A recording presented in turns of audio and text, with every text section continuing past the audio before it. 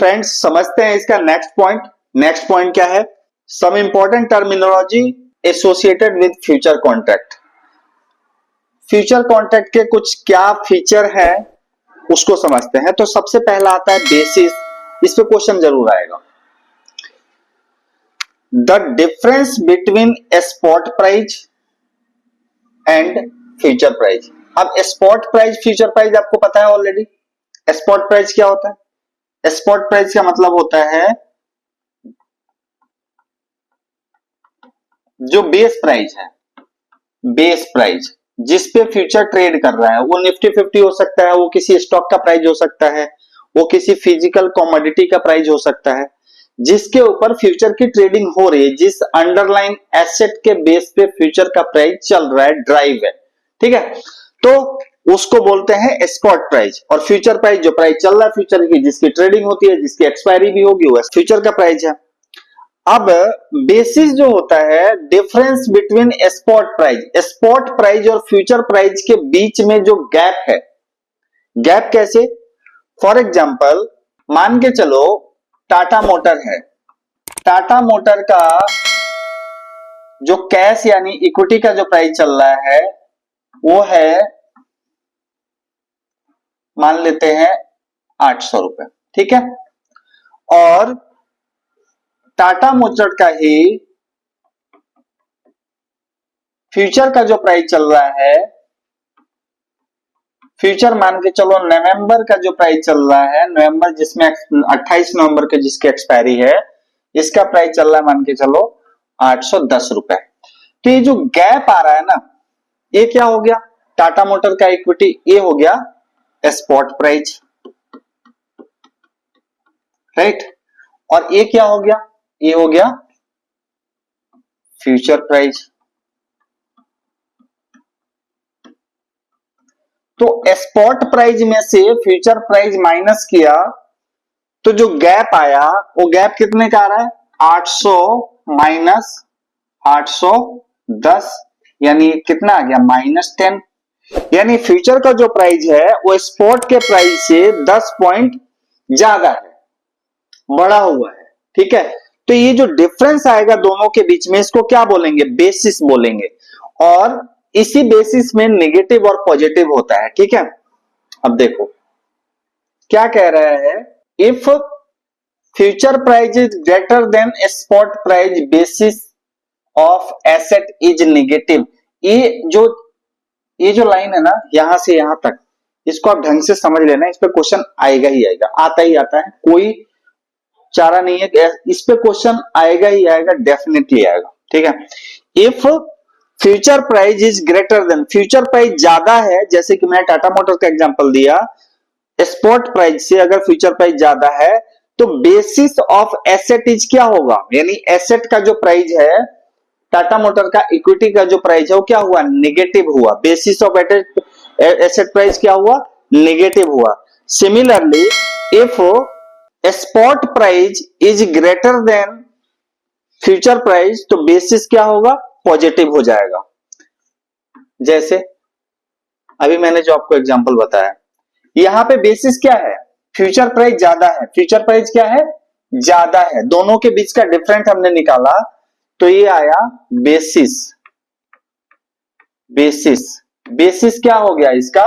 Negative हो गया 10 point का, क्योंकि स्पॉट का प्राइस क्या है? कम है। ठीक है, अब ऐसे ही अगर मान के चलो फॉर एग्जांपल कि कोई ऐसा शेयर है, मान लेते हैं फॉर एग्जांपल कि टीसीएस है। टीसीएस का स्पॉट का प्राइस चल रहा है मान के चलो 4220, ये चल रहा है इक्विटी का प्राइस, और फ्यूचर है टीसीएस का कितना मान के चलो है 4200। ठीक है, तो इस केस में अगर हम बेसिस निकालेंगे तो क्या होगा? स्पॉट प्राइस 4220 माइनस फ्यूचर का प्राइस 4200, तो यहां पे बेसिस क्या आ जाएगा? प्लस आ जाएगा 20 पॉइंट का। ठीक है, तो सिंपल है कि बेसिस जब फ्यूचर का प्राइस ज्यादा होगा तो बेसिस नेगेटिव होगा एसेट का, यानी इक्विटी कम चल रहा है। नॉर्मली मैक्सिमम टाइम ऐसा ही होता है जब मार्केट अप ट्रेंड में रहता है तो। और अगर स्पॉट का प्राइस ज्यादा है और फ्यूचर का प्राइस कम है, ये नॉर्मली तब होता है जब बाजार नेगेटिव होता है, जब मार्केट का ट्रेंड डाउन होता है। तो उस केस में जो बेसिस होगा, स्पॉट प्राइस ज्यादा है, पॉजिटिव है, और फ्यूचर का प्राइस नेगेटिव है, तो बेसिस को बोलेंगे कि बेसिस क्या है, पॉजिटिव है। ठीक है, अब आता है यहां पे point, importantly basis of 1 month current contract would be different from the basis of 2 or 3 month contract। बिल्कुल सही है, ये स्टेटमेंट भी आप ध्यान रखना कि मान के चलो एक साथ अभी अगर फ्यूचर कॉन्ट्रैक्ट चल रहा है तो कौन कौन सा मंथ चल रहा है, नवंबर। नवंबर का फ्यूचर कॉन्ट्रैक्ट अगर टाटा मोटर का मैं बात करूं तो फ्यूचर आ रहा है मान के चलो 810। उसके बाद दिसंबर का टाटा का फ्यूचर आ रहा है टाटा मोटर का मान के चलो 815 या 820, और जनवरी का जो प्राइस आ रहा है वो आ रहा है मान लेते हैं 825। तो तीनों कॉन्ट्रैक्ट जो कि अलग अलग मंथ्स के हैं, तो तीनों का जो बेसिस होगा, स्पॉट प्राइस तो तीनों के लिए क्या है, टाटा मोटर का सेम है 800 रुपए। ये क्या है, शेयर का प्राइस, शेयर प्राइस क्या है टाटा मोटर का, 800 रुपए है। तो ये तीनों के लिए सेम है, लेकिन तीनों मंथ का जो फ्यूचर होगा, तीनों मंथ का जो फ्यूचर है उसका प्राइस क्या है, अलग है, डिफरेंस है। तो basis of,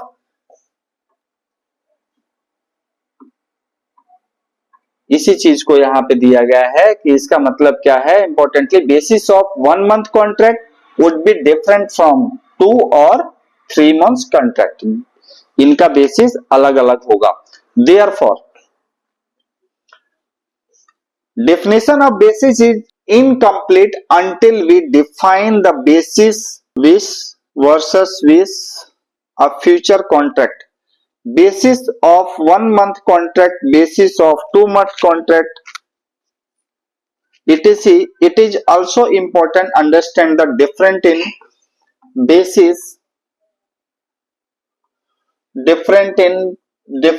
basis of 1 month future contract and 2 month future contract should be initially equally to cost of carry underlying asset between, देखो डिफरेंस इन बेस, इसको कट कर देना है ना, difference in basis 1 month future contract and 2 month future contract should be essentially be equal to the cost of carry the underlying asset between first and second month. Indeed, this the fundamental principle linking various future and underlying cash market price together। देखो अब कई बार ना ये लोग जो book वही छापते हैं ना, तो इनको भी समझना चाहिए कि स्टेप बाय स्टेप चीजों को दो। कॉस्ट ऑफ कैरी बताया नहीं, कॉस्ट ऑफ कैरी इसके बाद में हम समझेंगे, और पहले ही कॉस्ट ऑफ कैरी यहाँ पे दे दिया। कॉस्ट ऑफ कैरी क्या होता है, तो सबसे पहले हम समझेंगे पहले cash of cost of carry. ठीक है, तो कॉस्ट ऑफ कैरी क्या होगा वो समझेंगे अभी। During the life of contract the basis में B become negative or positive as there is a momentum in future price and a spot price. Further, whatever a basis is positive or negative, it is become zero at maturity of the future contract। ठीक है, ये हमने last time settlement वाले में समझा था। There should be no difference between future price and spot price at the time of maturity expiry of the contract। This happen because final statement of future contract on last trading day take place at the closing price of the underlying asset। ठीक है, तो इसको एक बार और समझ लेते हैं, हमने लास्ट टाइम भी समझा था। ये जो बेसिस है, यानी जो गैप है, डिफरेंस है, डिफरेंस है स्पॉट और फ्यूचर का जो डिफरेंस है, एक कॉन्ट्रैक्ट के दौरान पूरे मंथ, 1 महीने का कॉन्ट्रैक्ट है, 2 महीने का कॉन्ट्रैक्ट, 3 महीने का, जो भी कॉन्ट्रैक्ट है, कॉन्ट्रैक्ट के टाइम पे ये क्या होगा, ये पॉजिटिव भी हो सकता है और नेगेटिव भी हो सकता है, लेकिन पूरे महीने जो भी रहे कोई फर्क नहीं पड़ता। But at the time of expiry, जिस दिन एक्सपायरी डेट होगी, एक्सपायरी कहां होती है, जैसे कि सेटलमेंट में आपने समझा होगा, अगर सेटलमेंट को ठीक से आपने पढ़ा तो सेटलमेंट, फ्यूचर का जो सेटलमेंट होता है, फ्यूचर का जो सेटलमेंट होगा इक्वल टू कहां होगा, final settlement, final settlement future का कहां होगा, इक्वल टू स्पॉट प्राइस।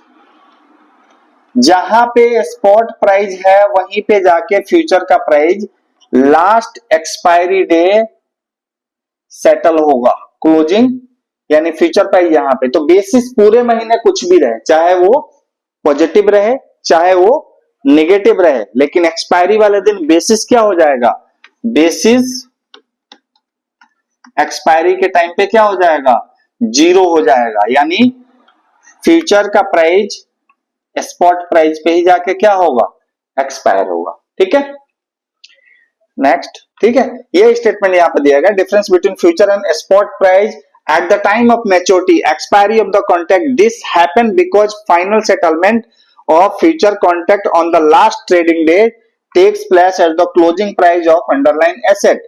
यानी लास्ट ट्रेडिंग डेज पे कहां पे सेटलमेंट होगा, take place at the closing price of the underline asset, spot के प्राइस पे ही क्लोज होगा, स्पॉट के प्राइस पे क्लोज होगा।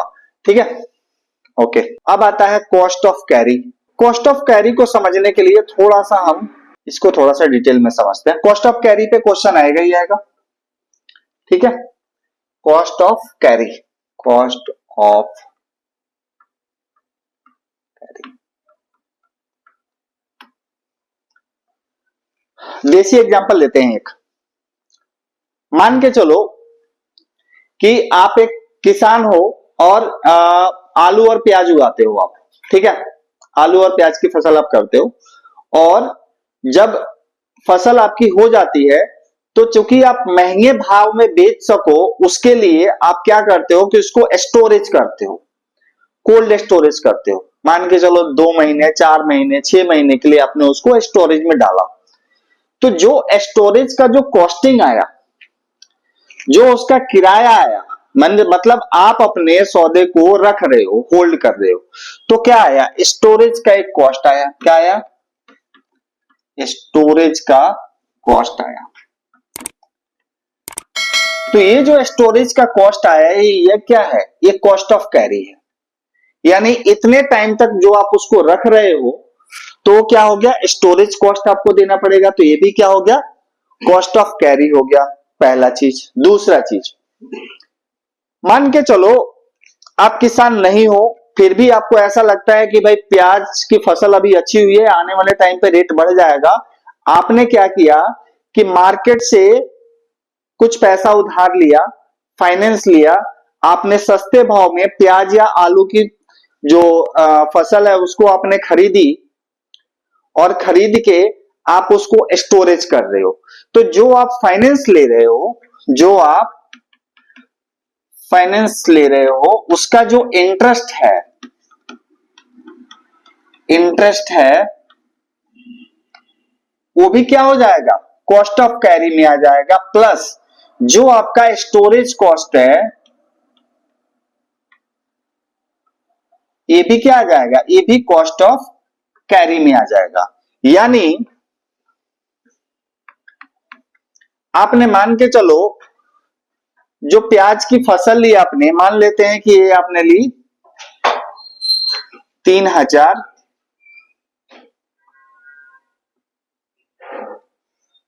रुपए कुंटल पे ली। ठीक है, इंटरेस्ट और स्टोरेज कॉस्ट आपने मान के चलो 4 महीने के लिए आपने पर कुंटल जो ब्याज पे कर दिया, मान के चलो आपने पे कर दिया 50 रुपए, प्लस पर कुंटल आपको 100 रुपए का स्टोरेज कॉस्ट लगा। तो इसका जो कॉस्ट ऑफ कैरी आ गया वो आ गया कितना, 150 ₹50, ये क्या हो गया, कॉस्ट ऑफ कैरी आ गया ₹150। ठीक है, तो अब कॉस्ट ऑफ कैरी अगर इंक्लूड कर देंगे एग्जैक्ट प्राइस में तो ये हो जाएगा ₹3150। तो हम कह सकते हैं कि अभी जो प्याज की फसल आ रही है वो ₹3000 कुंटल है, लेकिन अगर आपको यही फसल या यही चीज अगर आपको 2 महीने बाद चाहिए या 3 महीने बाद चाहिए तो कॉस्ट ऑफ कैरी लगा के उसका प्राइस कितना हो जाएगा, 3150 हो जाएगा।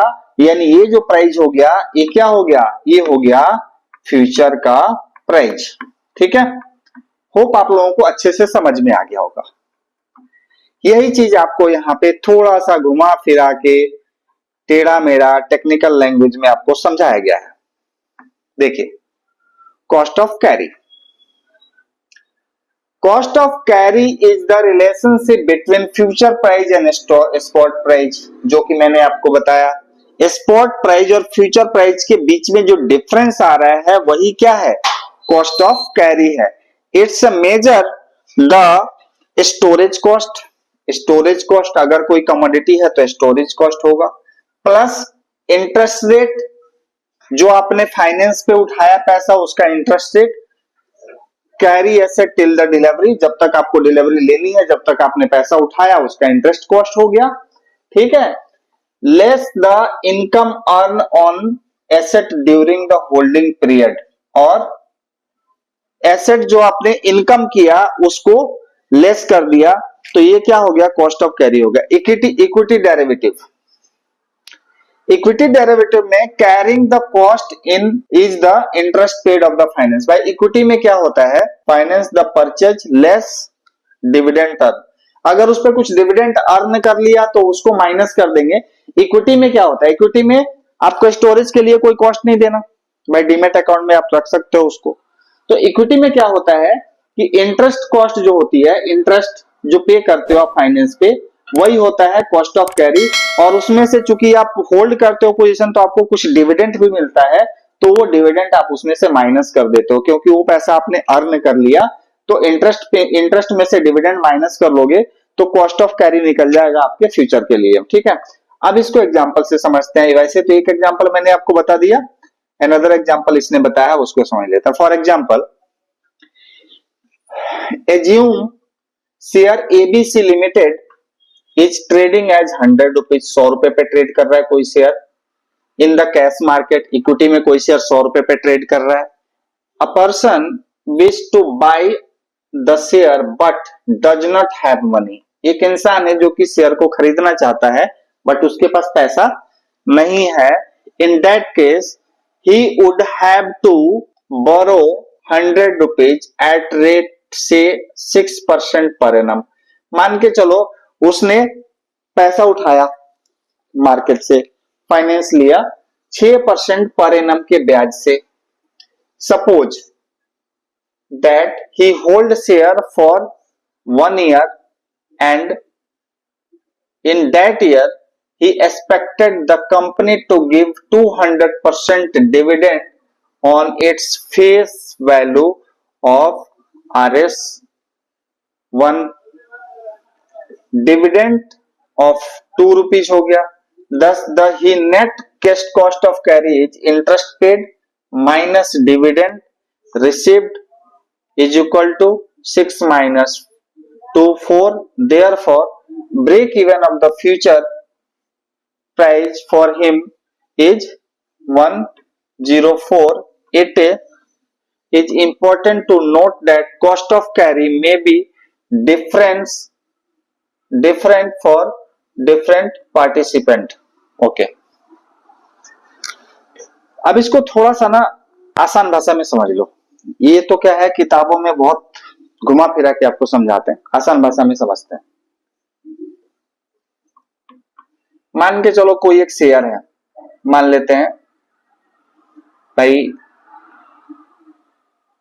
XYZ कोई शेयर है जिसका प्राइस है ₹1000। ठीक है, ₹1000 प्राइस है इक्विटी में।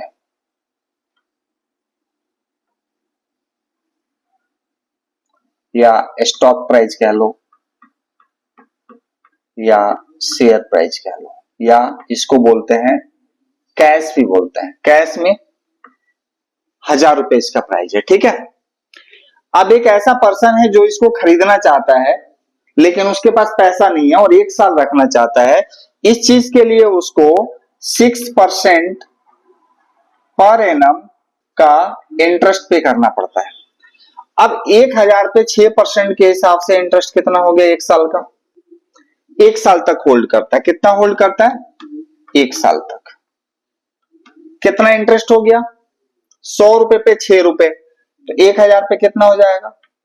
60 रुपए का इंटरेस्ट हो गया, ठीक है। कितने का हो गया? 60 रुपए का इंटरेस्ट हो गया, ओके। और मान लेते हैं कि शेयर का जो फेस वैल्यू है, अब यहां फेस वैल्यू की बात क्यों कर रहे हैं? फेस वैल्यू की बात इसलिए कर रहे हैं क्योंकि जब स्टॉक हम होल्ड करते हैं तो हर कंपनी डिविडेंड देती है, मैक्सिमम कंपनियां डिविडेंड देती है, कई कंपनियां नहीं भी दे पाती है। अगर उनको फायदा ही नहीं होगा तो डिविडेंड कहां से देंगे? लॉस मेकिंग कंपनियां डिविडेंड नहीं देती हैं। मान लेते हैं डिविडेंड दे रही है कंपनी, तो कंपनी जो डिविडेंड देती है वो किसके ऊपर देती है? फेस वैल्यू के ऊपर देती है। तो फेस वैल्यू जो शेयर का है वो मान लेते हैं 10 रुपए है, ठीक है। फेस वैल्यू कितना है? 10 रुपए है। अब कंपनी मान के चलो कि फेस वैल्यू पे 200% का डिविडेंड दिया। डिविडेंड हमेशा किसके ऊपर कैलकुलेट होता है? फेस वैल्यू के ऊपर। फेस वैल्यू के ऊपर 200% का डिविडेंड दिया, तो 20 रुपए का 200% कितना? 10 रुपए का 200% कितना हो गया? 20 रुपए। अब चूंकि उसने होल्ड करने में पे इंटरेस्ट किया कितना? 60 रुपए। 20 रुपए उसको डिविडेंड के रूप में वापस मिल गए, तो 60 में से 20 रुपए माइनस कर देंगे। तो एक्चुअल जो उसने होल्ड किया, तो होल्ड करने का जो कॉस्ट हो गया वो कितना हो गया? 40 रुपए हो गया। यानी उसका जो प्राइस हो गया पोजीशन को होल्ड करने का, वो 1040 रुपए हो गया 1 साल के लिए। कितने दिन के लिए? 1 ईयर के लिए। कॉस्ट ऑफ कैरी क्या हो गया? 40 रुपीज, ठीक है। तो यही है कॉस्ट ऑफ कैरी का नॉर्मल कैलकुलेशन, ठीक है, जो कि यहां पे आपको समझाया गया है। अब यहां पे एक लाइन और लिखी गई है, it is important that the cost of carry may be different for different participant. भाई हो सकता है किसी को 6 रुपए ब्याज पे पैसे मिल जाए, किसी को 10 रुपए पे मिले, किसी को 12% पे मिले, किसी को 15% पे मिले, किसी को 4% पे मिले। तो जितना उसको इंटरेस्ट पे करना होगा वो क्या हो जाएगा? वो उसका कॉस्ट ऑफ कैरी हो जाएगा। तो इसका मतलब ये है कि डिफरेंट जो कॉस्ट ऑफ कैरी होगा वो डिफरेंट होगा डिफरेंट पार्टिसिपेंट के लिए, अलग अलग इंसान के लिए अलग अलग हो सकता है, ठीक है। क्लियर है? अब बात करेंगे मार्जिन अकाउंट। मार्जिन अकाउंट क्या होता है? As the exchange guarantee the settlement for all trade to protect itself against default by either counterparty, its charge various margin from broker. Broker in terms charge margin from their clients. Margin are briefly explained as flow. देखो यहां पे क्या होता है, margin का मतलब क्या है? मार्जिन का मतलब समझो पहले, मार्जिन का मतलब क्या है। मेरी कोशिश क्या है? मेरी कोशिश है इसको जितना आसान भाषा में हो सके उतना आसान भाषा में समझाने की, ताकि एक ऐसा इंसान जिसको बहुत ज्यादा वो फेमिलियर नहीं है इंग्लिश से, इंग्लिश के टिपिकल लैंग्वेज से, उसको भी आसान भाषा में ये पूरा का पूरा चैप्टर समझ में आ जाए। ये मेरा मेन एजेंडा है, ठीक है। क्योंकि सबको प्रॉब्लम होती है, ये टिपिकल लैंग्वेज जो होता है ना परेशान कर देते हैं, ठीक है। अब मार्जिन मनी, मार्जिन मनी क्या है भाई? मार्जिन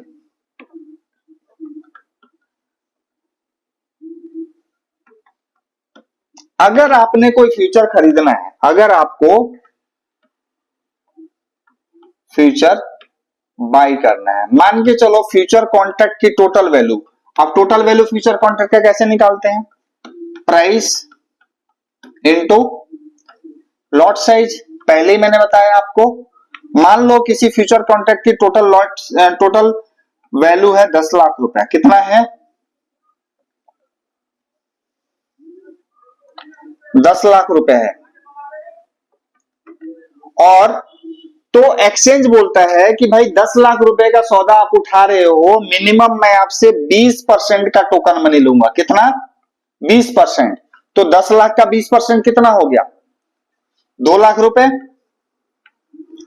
यानी अगर आपको इस फ्यूचर कॉन्ट्रैक्ट को बाई करना है तो 2 लाख रुपए चाहिए। एक्सचेंज किससे मांगेगा? आपका जो अकाउंट ओपन होता है, आपका अकाउंट कहां पे ओपन होता है? किसी ब्रोकर के पास। ब्रोकर हो सकता है, जैसे मान के चलो हमारी कंपनी है बोनिंजा पोर्टफोलियो लिमिटेड, बोनिंजा पोर्टफोलियो। ऐसे ही किसी कंपनी में आपका अकाउंट खुला हुआ है, ठीक है।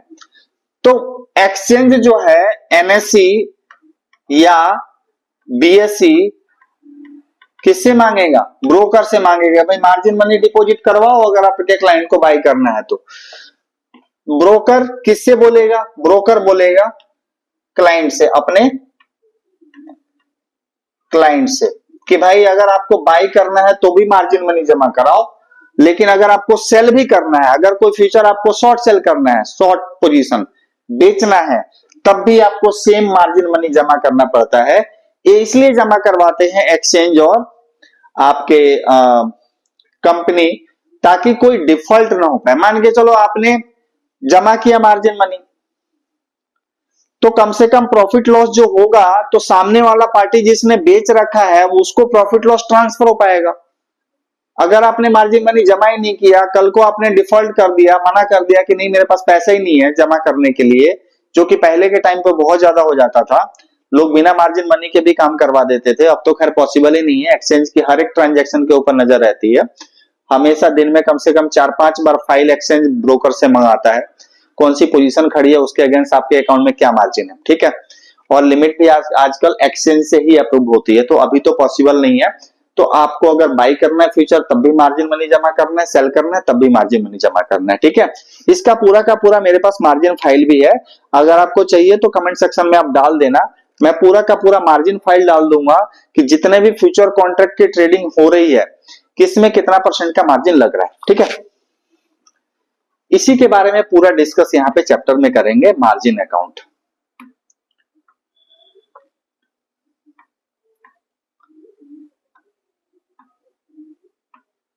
Initial margin. इनिशियल मार्जिन क्या होता है? The amount one need to deposit the margin account at the time of entering into the future contract as known the initial margin. जो मैंने अभी आपको बताया कि अगर आपको कोई भी फ्यूचर कॉन्ट्रैक्ट बाई करना है तो जो पैसे की जरूरत है, जो ब्रोकर आपसे मांगता है, ब्रोकर से एक्सचेंज मांगता है इनिशियली इंटर करने के लिए किसी लॉन्ग या शॉर्ट पोजीशन में, उसी को क्या बोलते हैं? उसी को बोलते हैं मार्जिन मनी। इनिशियल मार्जिन उसी को बोलते हैं, ठीक है। तो आप कह रहे हैं, अब यही एग्जांपल आपको दिया गया है, expected to market go up and it takes Nifty position for expiry इतना, द कॉन्ट्रैक्ट वैल्यू मैंने आपको ऑलरेडी बताया, प्राइस इनटू लॉट साइज होगा कॉन्ट्रैक्ट वैल्यू, इतना पूरा कॉन्ट्रैक्ट वैल्यू है। और ये चीज मैंने आपको ऑलरेडी एग्जांपल में समझा दिया। This is the contract value of the investor long position, ठीक है। ये चीज आपको डिटेल में आपको बताया गया है कि अगर मान के चलो एज्यूमिंग द ब्रोकर चार्ज 10%, मैंने 20% आपको बताया, मान के चलो 10% का मार्जिन मनी कॉन्ट्रैक्ट के लिए बोल रहा है, the investor has to give 10% जो कॉन्ट्रैक्ट की वैल्यू है इसका 9,13,000 का 10%, ये initial margin. Both buyer and seller of the future contract pay initial margin as there is obligation on both party to honour the contract. भाई अगर आप by market दो डायरेक्शन में जा सकता है, या तो ऊपर जाएगा या नीचे जाएगा। बायर का ऑब्लिगेशन यानी बायर की जिम्मेदारी ये है कि अगर बाजार नीचे जाए तो सेलर को पैसे दे क्योंकि उसने बेच रखा है, और अगर सेलर की जिम्मेदारी है कि मान के चलो मार्केट उसके अगेंस्ट चला गया, ऊपर चला गया, तो पैसा उसका जमा है तो उससे पैसा बायर के पास जाएगा। तो दोनों अपनी जिम्मेदारी को निभा पाए, दोनों पार्टी उसके लिए ऑनर रहे, इसलिए इनिशियल मार्जिन जमा करवाया जाता है। अब ये आएगा क्वेश्चन, ये भी आ सकता है, the initial margin is dependent on the price movement of the underline asset as high volatility asset carry more risk and the exchange would charge higher initial margin on them. देखो अभी आपने देखा होगा अदानी में बहुत बड़ा मोमेंटम आया क्योंकि कुछ खराब न्यूज आ गई थी। तो अदानी के स्टॉक में जो कि फ्यूचर में लिस्टेड है, अदानी इंटरप्राइजेज और अदानी पोर्ट, अगर मोमेंटम हाई हो गया, डेली मोमेंट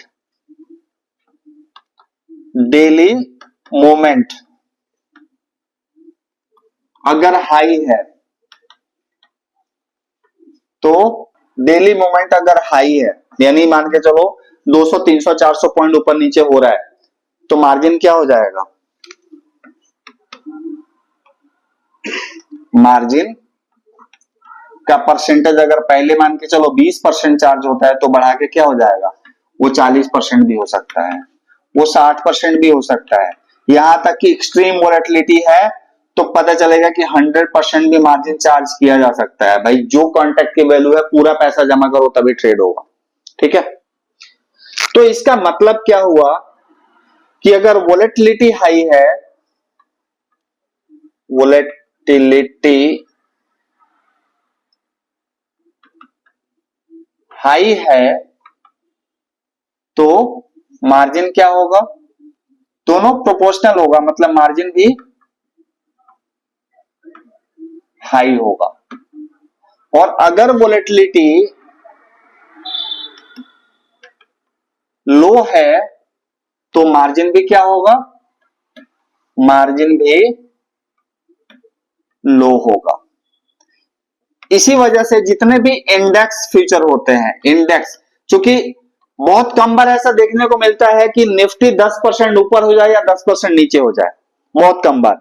तो इसलिए इंडेक्स फ्यूचर जो होते हैं, इंडेक्स फ्यूचर, इनके जो मार्जिन होते हैं नॉर्मली कम होते हैं। जैसे अगर देखा जाए निफ्टी, बैंक निफ्टी, तो इनके मार्जिन तकरीबन 10% के आसपास ही रहता है, ठीक है। ऐसे ही गोल्ड है, बहुत ज्यादा ऊपर नीचे नहीं होता, तो उसका मार्जिन भी तकरीबन 9% के आसपास रखा गया है, ठीक है। तो इसी तरीके से मार्जिन, अगर वोलेटिलिटी कम है, मोमेंटम कम होता है इंट्राडे, ये क्या है, रिस्क फैक्टर है कि आपने पोजीशन बाई किया तो मैक्सिमम रिस्क क्या जा सकता है, उसके लिए मार्जिन मनी लिया जाता है, ठीक है। ये चीज हम यहां पे समझेंगे।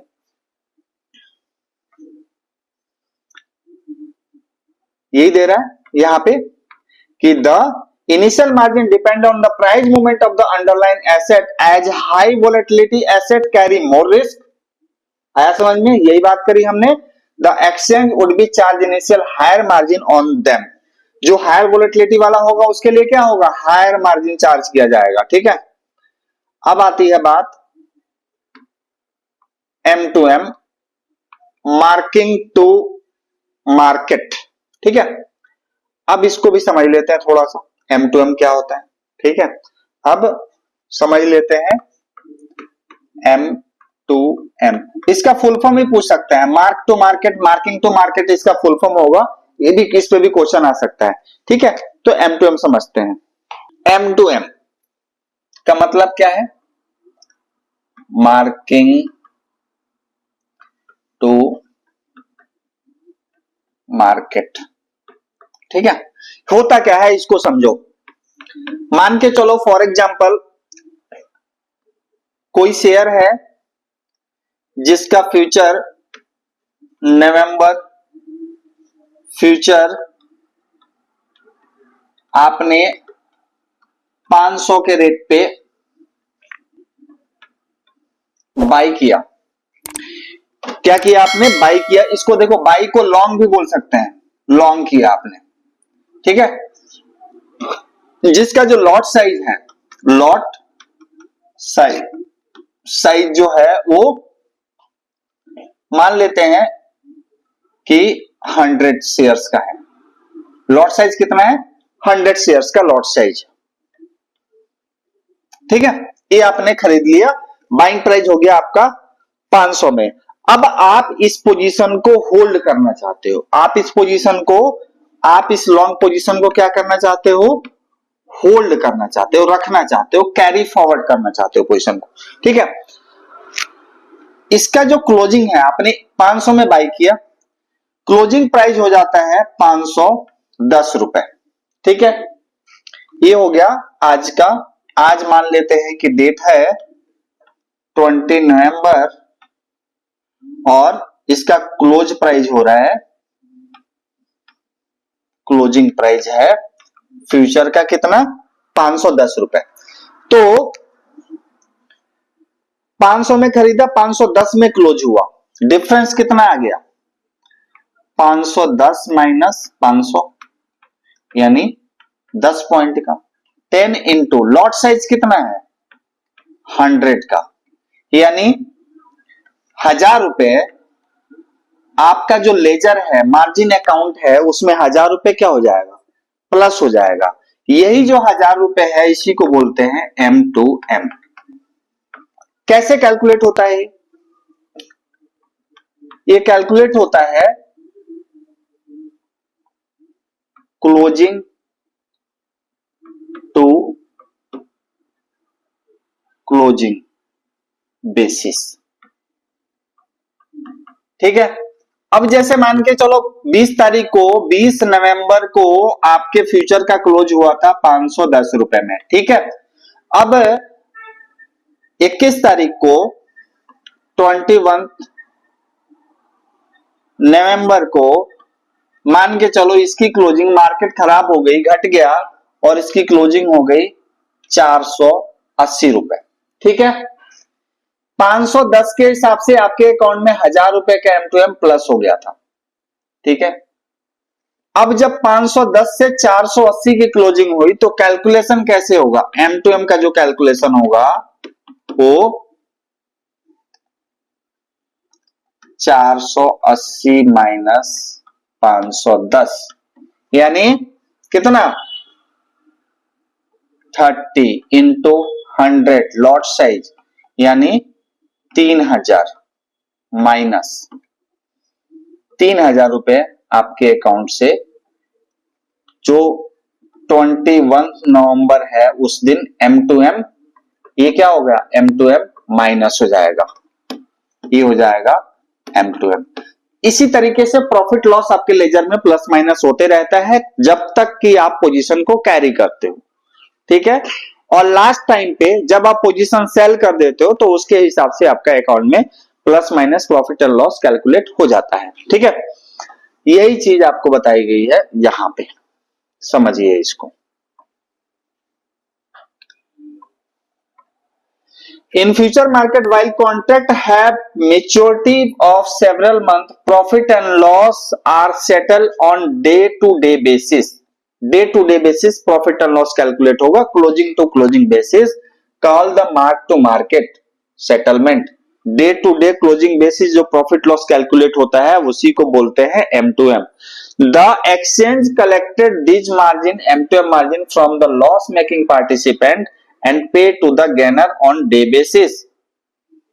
जिसको नुकसान हो रहा है उससे मार्जिन कलेक्ट करके एक्सचेंज जिसको प्रॉफिट हो रहा है, यानी मान के चलो बाजार गिर रहा है तो जिसने खरीदा उसको नुकसान होगा, जिसने बेचा है उसको प्रॉफिट होगा, जिसने शॉर्ट सेल किया उसको प्रॉफिट होगा।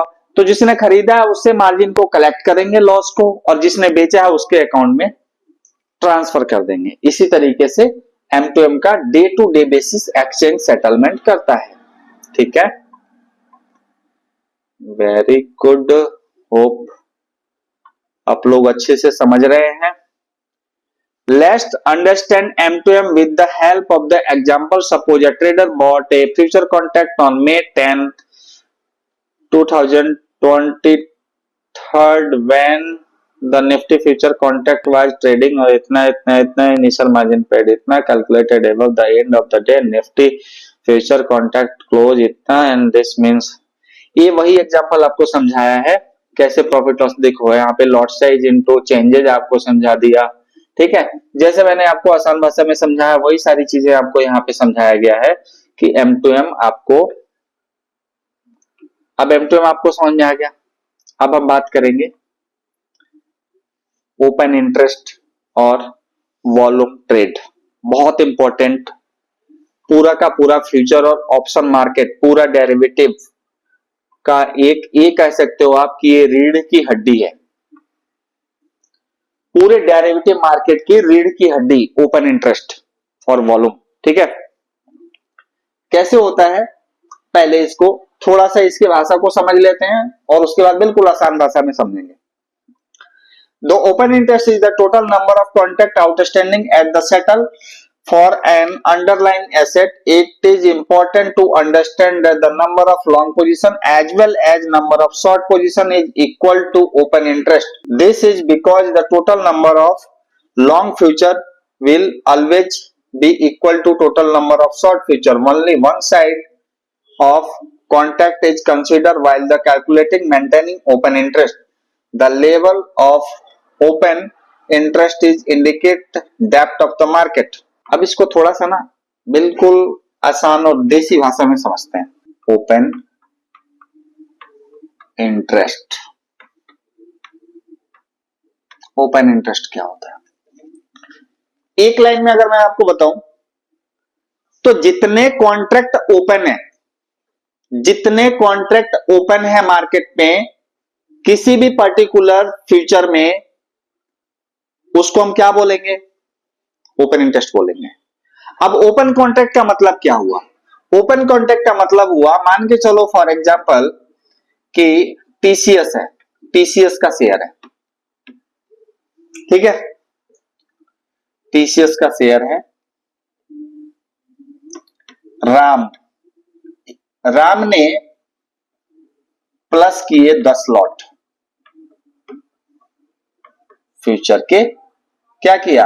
प्लस यानी लॉन्ग किया यानी बाई किया, ये तीनों का मतलब एक ही है। 10 लॉट खरीदा, तो भाई राम कब खरीद पाएगा? ट्रेड तभी कंप्लीट होगा जब कोई बेचेगा। ट्रेड का मतलब क्या है? मान के चलो आप किसी दुकान पे जाते हो, मोबाइल के दुकान पे जाते हो, आपको 10 मोबाइल खरीदना है, तो मोबाइल तो तभी खरीद पाओगे ना जब कोई ना कोई बेचेगा। मोबाइल एक ही है। ट्रेड कौन सा, कितना हुआ? एक ही ट्रेड हुआ, 10 लॉट मोबाइल का, 10 मोबाइल का, ठीक है। तो कॉन्ट्रैक्ट कितने ओपन हुए? 10, क्योंकि 10 मोबाइल खरीदा आपने, 10 सौदे हुए। आपने खरीदा 10, राम ने 10 खरीदा और श्याम ने 10 लॉट सेल किए, 10 लॉट सेल किया। इसको बोलते हैं शॉर्ट भी बोलते हैं, शॉर्ट सेल किया या सेल किया। तो टोटल ओपन इंटरेस्ट कितना हुआ? सौदा कितना हुआ? 10। कॉन्ट्रैक्ट कितने ओपन है? 10 कॉन्ट्रैक्ट ओपन है। 10 लॉट इसने खरीदा और 10 लॉट इसने बेचा। कॉन्ट्रैक्ट कितने ओपन है? कितने एग्रीमेंट हुए? 10 खरीदने के, 10 बेचने के, 10 ही चीज का एग्रीमेंट हुआ। तो ये 10 हो गया इसका ओपन इंटरेस्ट। समझ में आया? सिंपल कैलकुलेशन, ये कितना कॉन्ट्रैक्ट ओपन है, ठीक है, इसी को बोलते हैं हम ओपन इंटरेस्ट।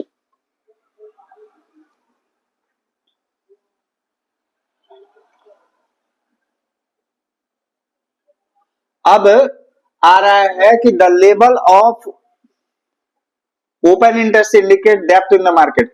भाई क्या लेवल है ओपन इंटरेस्ट का? वो मार्केट का डेप्थ बताएगा। अब ये चीज आगे पढ़ने को मिलेगा, समझने को, ठीक है। Volume trade give us an idea about the market activity with the regards to a specific contract over a given period minus volume over a day, over a week, over a entire life of the contract. The following example explain the difference between open interest and traded volume. March, a short 50 contract B goes long in 50 contract. Open interest on the date is 50. Trading volume for the day is 50. C. 2nd March. C goes long 100 contact. Y increase. And B goes short 100 contact. Y goes increase. कितना increase हो गया? 100. 3rd March. E close short position by buying back 50 contract. E short 50. Y remain 150 because ये short position is replace E. 4th March. आसान भाषा में समझते हैं, फिर आपको बुकिश लैंग्वेज समझ में आ जाएगा। मान के चलो आज 20 नवंबर के दिन राम ने 50 लॉट प्लस किया, बाई किया। किससे बाई किया? श्याम से। श्याम ने 50 लॉट सेल किया। ठीक है, अब यहां पे ओपन इंटरेस्ट को मैं Y लिख देता हूं और वॉल्यूम को V लिख देता हूं। ठीक है, तो 20 नवंबर को 50 लॉट का ट्रांजैक्शन हुआ, 50 खरीदा 50 बेचा, तो Y कितना हो गया? 50 कॉन्ट्रैक्ट ओपन हो गए, Y 50 हो गया। अच्छा, तो वॉल्यूम भी कितना हुआ? 50 लॉट का ही वॉल्यूम हुआ। ठीक है, ओके, नेक्स्ट। अब आ जाते हैं 21 तारीख को। 21 नवंबर को सीता ने 100 लॉट बाई किया। किससे बाई किया? गीता से। गीता ने 100 लॉट सेल किया।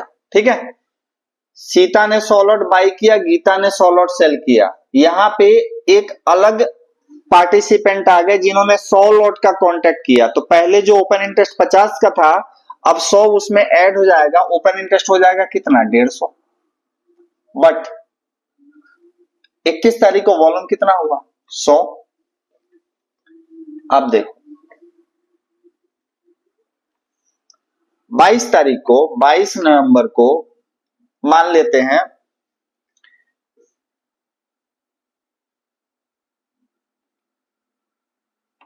नरेश 200 लॉट बाई कर रहा है। नरेश 200 लॉट बाई कर रहा है और सुरेश 200 लॉट सेल कर रहा है। तो यहां पे 200 कॉन्ट्रैक्ट ऐड हो गया, तो 150 और 200 ओपन इंटरेस्ट कितना हो जाएगा? 350। बट वॉल्यूम कितना हुआ? 200 का। ठीक है, अब यहां पे मान लेते हैं 23 नवंबर को सीता ने 100 लॉट जो बाई किया था, अब वो सीता क्या कर रही है? 100 लॉट सेल कर रही है। ठीक है, सीता ने जो 100 लॉट बाई किया था वो क्या कर रही है? सेल कर रही है। किसको सेल कर रही है? ये मान के चलो सुरेश को सेल कर रही है। ये जो सुरेश है, सुरेश को चूंकि इसने सेल किया था, तो इसने क्या किया? 100 लॉट बाई कर लिया। ठीक है, सीता ने 100 लॉट बेचा और सुरेश ने 100 लॉट खरीदा। दोनों की पोजीशन पहले से ओपन थी। अब ये दोनों की पोजीशन, नया कॉन्ट्रैक्ट कुछ भी ओपन नहीं हो रहा है, दोनों साइड से कॉन्ट्रैक्ट क्लोज हो रहा है।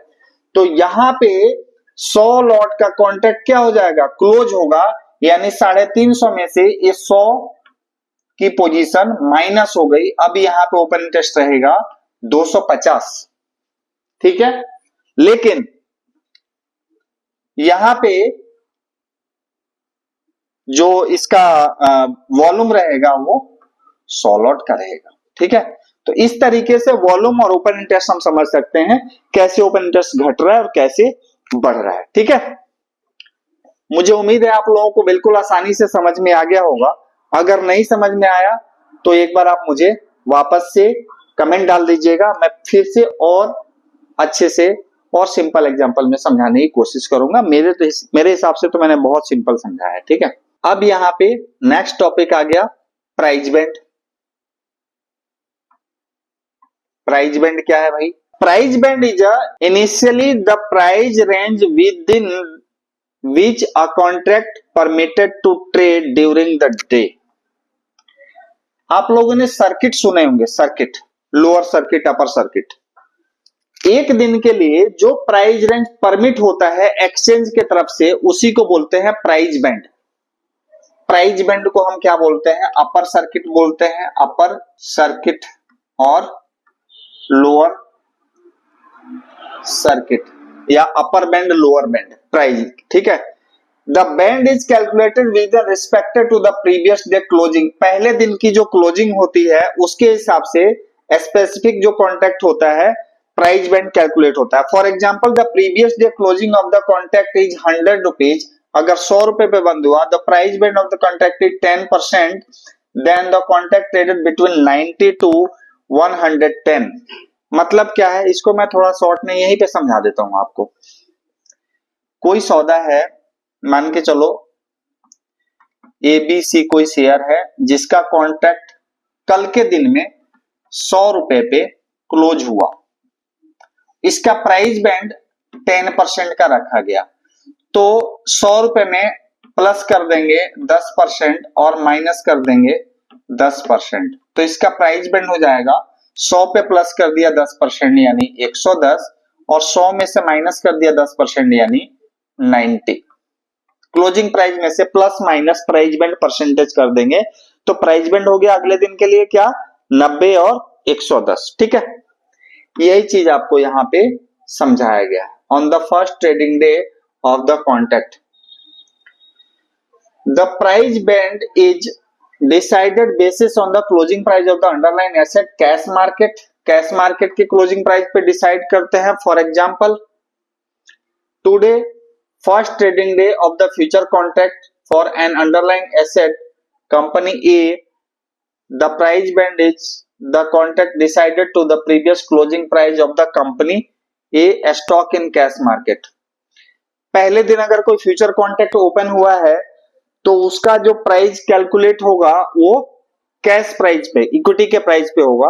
Price band is clearly defined in the contract specification so that all market participants are aware some in advance. Sometimes bands are allowed to be expected at the direction of the exchange with a specific trading halt. ये क्या करता है ना, ये लोग बहुत short में समझाते हुए चले जाते हैं। कोई ऐसा पॉइंट ऐसा कर देते हैं कि जो सामने वाले जो मार्केट से जो लोग अवेयर नहीं है ना, उनको समझ ही ना आए, ठीक है। देखो, प्राइस बैंड पहले दिन के क्लोजिंग प्राइस पे प्राइस बैंड होता है। अब जैसे मान के चलो प्राइस बैंड आपको जिस भी ऐप में, जिस भी एप्लीकेशन या सॉफ्टवेयर में आप ट्रेड करते हो, अपर सर्किट, लोअर सर्किट या प्राइस रेंज लिखा होगा। तो मान के चलो अगर कोई स्टॉक है जिसका क्लोज प्राइस प्रीवियस डे का 100 रुपीज पे हुआ और 10% उसका प्राइस बैंड है, तो अपर बैंड यानी अपर सर्किट हो जाएगा 110 का, यानी इस पे प्लस कर देंगे 10% और इसमें से माइनस कर देंगे 10%, तो लोअर बैंड हो जाएगा 90 रुपीज का, ठीक है। लेकिन अगर स्टॉक ने कोई स्पेसिफिक डायरेक्शन लिया, अगर बढ़ता हुआ चला गया 10%, तो उसके बाद ट्रेडिंग हाल्ट होता है, वो 30 मिनट का होता है, 30 मिनट का हो सकता है। 30 मिनट उसकी ट्रेडिंग इसी रेट पे रहेगी। उसके बाद इसका सर्किट फिर से चेंज हो जाएगा, फिर से वो 5% हो जाता है। उसके बाद फिर ट्रेडिंग हाल्ट होता है 15 मिनट का। उसके बाद फिर सर्किट चेंज हो जाता है, फिर 5% का रहेगा, फिर 5% का। इनिशियली आपने देखा होगा बृहस्पतिवार के दिन, तारीख कौन सी थी? आज हो गई 24, 23, 22, 21 तारीख को जब अदानी की खबर आई थी, तो अदानी इंटरप्राइजेज तकरीबन 23% गिर गया, जबकि प्राइस बैंड फ्यूचर में स्टार्ट होता है कितने से? 10%। तो पहले 10%, फिर 5% और गिरा, फिर 5% और गिरा, और उसके बाद फिर 3% गिरा। 23% की करेक्शन आई थी, ठीक है। तो ट्रेडिंग हाल्ट, बीच बीच में ट्रेडिंग रोक के उसको बढ़ाया जाता है, अगर उसी डायरेक्शन में स्टॉक ट्रेड कर रहा है, सेम डायरेक्शन में, तो ठीक है। इसी चीज को यहाँ पे इसने एक लाइन में खत्म कर दिया है sometimes bands are allowed to expected the direction of exchange with specific trading halt. अब आता है यहाँ पे position in derivative market. Derivative market में क्या पोजीशन होती है? As a market participant you will always deal with the certain terms like long और short position, open position in the market. भाई या तो आप खरीदोगे या बेचोगे, खरीदने के लिए लॉन्ग बोलते हैं, बेचने के लिए शॉर्ट पोजीशन बोलते हैं, पोजीशन ओपन रहेगी। Let's understand meaning of the commonly used term. इसका मीनिंग समझते हैं, मीनिंग समझाओ भाई। लॉन्ग पोजीशन बहुत आसान मीनिंग है समझने के लिए। आउटस्टैंडिंग अनसेटल्ड बाई पोजीशन को क्या बोलेंगे? लॉन्ग पोजीशन बोलेंगे। फॉर इंस्टेंस मिस्टर एक्स, ये क्वेश्चन आता ही आता है, बहुत आसान है, सिंपल है। Mister X buy 5 contract of Sensex future, then he would be long 5 contract of Sensex future. Mister Y buy 4 contract of Nifty future, then long if 4 contract in Nifty future. जो जितने पोजीशन को बाई करेगा उतने पोजीशन को लॉन्ग रखेगा, ठीक है। Short position, short simple. Outstanding unsettled sell position in contract called short position. For instance, Mr. P sell 5 contract of Sensex future, then C would be short 5 contract on Sensex future. Mr. Q sell 4 contract in Nifty future, then C would be short 4 contract in Nifty future. ठीक है। Open position, इस पे भी question आता है। Outstanding position यानी unsettle long और short position in various derivative contract is called open position. ये लाइन ध्यान रख लेना, इस पे क्वेश्चन आता है और एग्जांपल पे भी क्वेश्चन आ जाते हैं। For instance mister X short 5 contract on Infosys future and goes long 3 contract of Reliance future, he said to be having open position which is equal to short 5 contract in Infosys and long 3 contract of Reliance. If on the next day he buy 2 contract Infosys same maturity, he open position would be short 3 Infosys contract and 3 Reliance contract। ठीक है, बहुत आसान है, ज्यादा इसमें कुछ, फिर मैं आपको एक लाइन में समझा देता हूं अलग से, ठीक है। मान के चलो राम ने, ओपन पोजीशन समझते हैं, लॉन्ग शॉर्ट तो आपको समझ में आ गया होगा। राम ने टीसीएस के 5 लॉट बाई किए, यानी ये क्या हो गया? लॉन्ग पोजीशन हो गई टीसीएस की। और इन्फी की 5 लॉट सेल कर दिए, तो ये हो गई मान लो शॉर्ट पोजीशन, ठीक है। तो इसके पास टोटल ओपन पोजीशन क्या हो गई? 5 लॉट लॉन्ग हो गया टीसीएस और 5 लॉट शॉर्ट हो गया इन्फी। नेक्स्ट डे मान के चलो ये क्या करता है कि बाई जो 5 लॉट टीसीएस था उसमें से टीसीएस सेम एक्सपायरी 3 लॉट क्या कर देता है? सेल कर देता है, ठीक है। तो अब इसके पास नेट में पोजीशन क्या हो जाएगी? 5 में से 3 बेच दिया तो नेट में 3 लॉट टीसीएस और 5 लॉट ये लॉन्ग है, सॉरी 3 बेच दिया तो 2 ही लॉट होगा ना।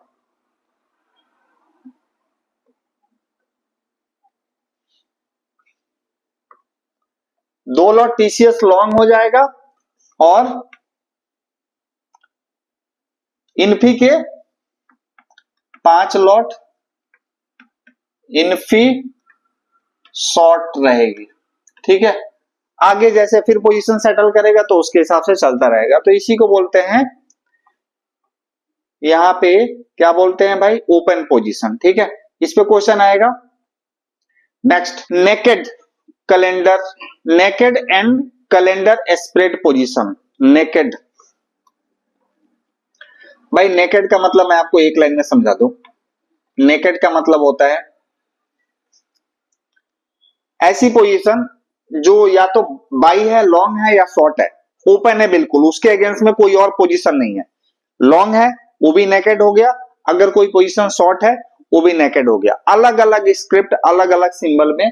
तो naked position in a future market simply mean the long और short position in any future contract without having any position in the underline asset. Underline asset में मतलब ऐसा नहीं है कि मान के चलो शेयर खरीदा हुआ, शेयर बाई किया हुआ है और फ्यूचर सेल किया हुआ है, तो वो नेकेड पोजीशन नहीं हुई, वो हेजिंग हो जाएगी।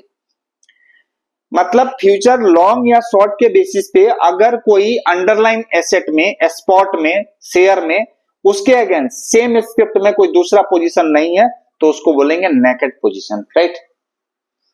अब आता है calendar spread. Calendar spread position is combination of two position future in same underlying long one maturity contract and short different maturity। भाई वन मेच्योरिटी और डिफरेंट मेच्योरिटी का मतलब क्या है? वन मेच्योरिटी का मतलब जैसे मान के चलो अभी फ्यूचर चल रहा है कौन सा, नवंबर। आपने क्या किया, Nifty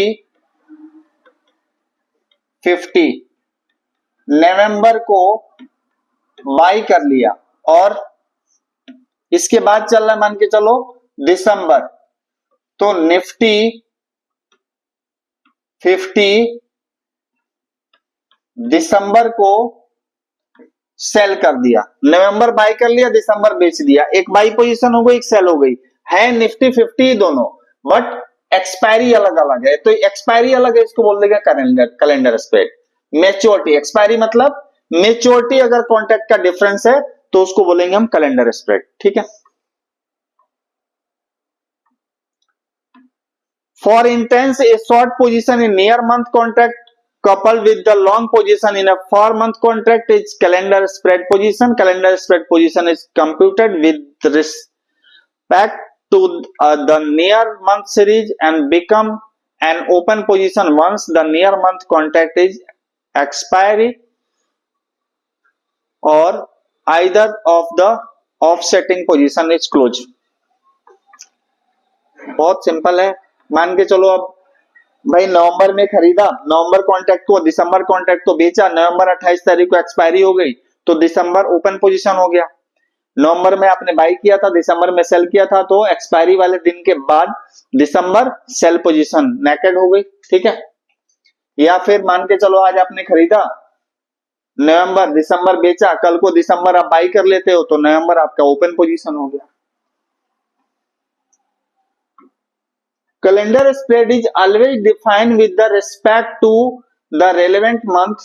Spread between August contract and September contract.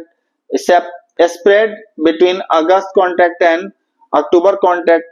Spread between September and October contract। भाई ये लाइन मैं आपको सिंपल ऐसे समझा देता हूं। अभी नवंबर है तो नवंबर को आपने बाई किया, नवंबर में आपने लॉन्ग किया, दिसंबर में आपने शॉर्ट किया, तो ये एक स्प्रेड हो गया। अब चूंकि एक साथ कितने स्प्रेड चलते हैं, 3 चलते हैं, नवंबर, दिसंबर और जनवरी, 3 चल रहा है। दूसरा स्प्रेड क्या हो सकता है, नवंबर लॉन्ग और जनवरी शॉर्ट, ये स्प्रेड हो सकता है। तीसरा स्प्रेड क्या हो सकता है, दिसंबर और जनवरी के बीच में हो सकता है, ये केस पे लॉन्ग शॉर्ट का, लॉन्ग शॉर्ट एक स्प्रेड। अब ठीक है, मैंने ऐसा बताया भाई ये लॉन्ग करो ये शॉर्ट करो, इसका मतलब ये नहीं कि ऐसे हो सकता है, उल्टा भी हो सकता है। भाई नवंबर बेच सकते हैं, दिसंबर खरीद सकते हैं, नवंबर खरीद सकते हैं और नवंबर बेच सकते हैं और जनवरी खरीद सकते हैं, दिसंबर बेच सकते हैं और जनवरी खरीद सकते हैं। तो ये 3 स्प्रेड बनाए जा सकते हैं, इसका अपोजिट भी बनाया जा सकता है, ठीक है। अब आ गया ओपनिंग पोजीशन। ओपनिंग पोजीशन का मतलब सिंपल है कि ओपन ए पोजीशन में मतलब आइदर बाइंग और selling a contract which increase client open interest. Opening position का मतलब आप जा रहे हो मार्केट में, कुछ अगर खरीद लिया, लॉन्ग कर लिया या शॉर्ट कर दिया, तो ओपन पोजीशन हो गया और वो ओपन इंटरेस्ट को इंक्रीज कर सकता है। ठीक है। क्लोजिंग पोजीशन का मतलब क्या हुआ, आपकी पहले से कोई पोजीशन बाइंग है और उसको आपने सेल कर दिया, which initially result in the reducing the client open position. Long को शॉर्ट कर दिया, शॉर्ट को लॉन्ग कर दिया, यानी पोजीशन आपने अपनी खत्म कर ली मार्केट से। A client is said to be close a position is he sell contract which he had bought before. पहले जो उसने खरीदा था जिस पोजीशन को, अगर उसको बेच दिया तो क्या हो गया, पोजीशन क्लोज हो गई। अगर he buy contract which is he had sold, अगर पहले कोई पोजीशन सोल्ड कर लिया था, बेचा हुआ था, तो वो क्या हो जाएगा, बाई हो जाएगा। तीसरा चैप्टर का ये 3.4 सबसे ज्यादा इंपॉर्टेंट और सबसे ज्यादा टाइम टेकिंग वाला हुआ। मैं इतनी मेहनत इसलिए कर रहा हूं ताकि आप लोगों को एक एक पॉइंट बहुत ही क्लियरली समझ में आए, ट्रेडिंग में भी आसानी हो सारी चीज। तो मैं आपको बोलूंगा ज्यादा से ज्यादा वीडियो को आप शेयर करो, ठीक है, ताकि और ज्यादा मेहनत करने का मन करे।